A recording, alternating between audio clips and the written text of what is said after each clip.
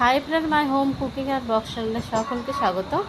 ধীরে ধীরে বয়ে যায় তীর বুকে, পথ খুঁজি স্বচ্ছ জলের ছায়া পড়ে, আমি কে? প্লিজ বন্ধুরা উত্তরটা কিন্তু অবশ্যই জানাবেন। এটা কিন্তু না হলে চলেই না, এটা কিন্তু প্রকৃতির মাঝেই থাকে।